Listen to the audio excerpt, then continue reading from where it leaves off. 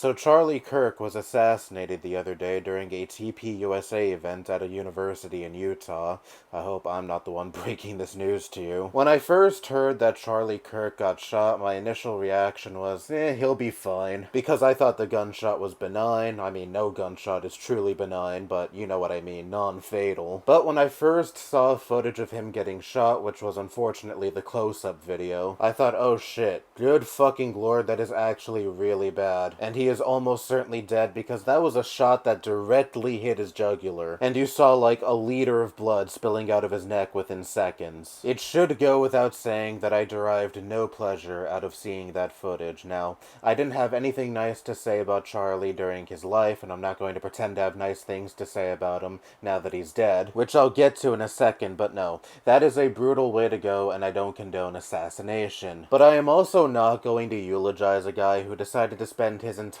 adult life spreading hatred, engaged in rhetoric that incited violence, and possibly even led to the deaths of some people within marginalized groups that he would routinely attack, and overall make an entire career out of being a repugnant human being. When the children's YouTuber Miss Rachel was just teaching kids about, well, being tolerant of those who are different from you, and using LGBTQ+ people as an example, and using the quote from the Bible, love thy neighbor, Charlie Kirk responds with quoting Leviticus, which justifies stoning gay people to death, and refers to that as quote-unquote God's perfect law when it comes to sexual matters. He called passing the Civil Rights Act a mistake. He bussed insurrectionists to the January 6th attack on the Capitol. He's endorsed the Great Replacement theory and has claimed that Democrats are seeking to diminish the white population in America. And this is why I am so fucking nauseated over this stupid fucking notion that people have been repeating these last few days, that Charlie Kirk's legacy was just saying words that didn't promote or contribute to any real world harm, and all he did was promote healthy and civil debate. Yeah, maybe everything was calm and civil if you aren't a person who was at the receiving end of the vile shit he was spewing for all of these years. I don't want to hear your fucking lecture about how uncouth and how uncivilized I am in wake of Charlie Kirk's death. Because this is a man who wouldn't even so much as fucking shrug if anything bad were to happen to any loved one in my life who is part of the marginalized groups he routinely attacked. Hell, he probably would even celebrate their misfortune. That's exactly what the fuck he did with those he deemed as his political enemies. When Paul Pelosi was nearly murdered by a crazy guy with a hammer who broke into his house and also wanted to kill his wife Nancy Pelosi, there were no shortage of memes and jokes made by the right in light of the event and people calling the guy a fucking hero. And Charlie Kirk was among one of these people, gleefully saying that Paul Pelosi's attacker should be bailed out. And this gets to the crux of my issue with all of these right-wingers and stupid fucking libs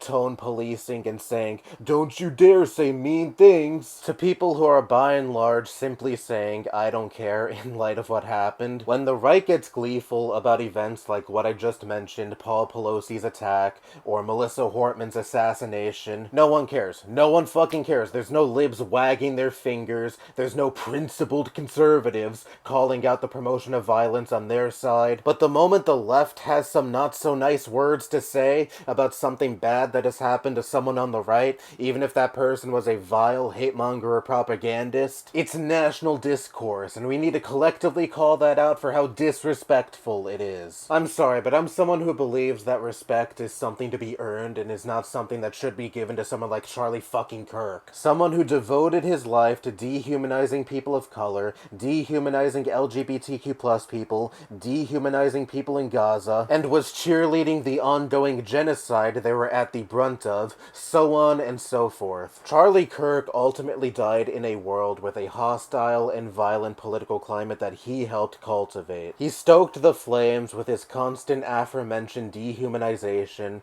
of groups of people he didn't like, and helped polarize this country's population even further, and unfortunately for him, the consequences of this polarization boomeranged right back to him. And what makes me so certain that this is the exact type of climate that he wanted, where disgusting acts of violence like what we saw happen to him occur, is him saying just 2 years ago that some gun deaths are necessary to preserve our Second Amendment. Basically hand-waving away the hundreds of people, including school children, who die every year due to senseless gun violence, And this also factors into why I am not shedding any tears for him, because going by his twisted logic, what exempts him from being collateral damage necessary to preserve our gun rights? What makes the disgusting act of gun violence inflicted on him any more special than the disgusting act of gun violence inflicted on hundreds of school children every fucking year in this country? I don't see nearly as many people get worked up over that as they are over Charlie Kirk. Case in point, there was a school shooting in Colorado the same day Charlie Kirk got shot, and what did this country have to say about that? Crickets. And if you're just so distraught over me not having anything nice to say about Charlie Kirk in wake of what happened to him, think of it this way: I'm applying his own standards to him. He thought empathy was this new age leftist invention that we should reject, so therefore I am rejecting any empathy I feel for him. I think that's only fair. My sympathies begin and end with his wife, who is now a widow, and his children who are not going to remember their father. I condemn the act of violence because it was disgusting and barbaric, and not to mention it opens up Pandora's box, where this could easily happen to any other political commentator or influencer, left, right, center, what have you. And the act of violence doesn't make me feel any more or less apathetic surrounding his death. If he were to have just went to sleep one night and never wake up, I would feel exactly the same over his death. And if he really was destined to die so young, I would have preferred him to have a peaceful exit like that, as opposed to what actually happened to him. You can condemn the act of violence without feeling sorry for someone who doesn't deserve your empathy, and going by his disgusting worldview shouldn't even get your empathy in the first place. It's not black and white. That's all I have to say. Bye-bye.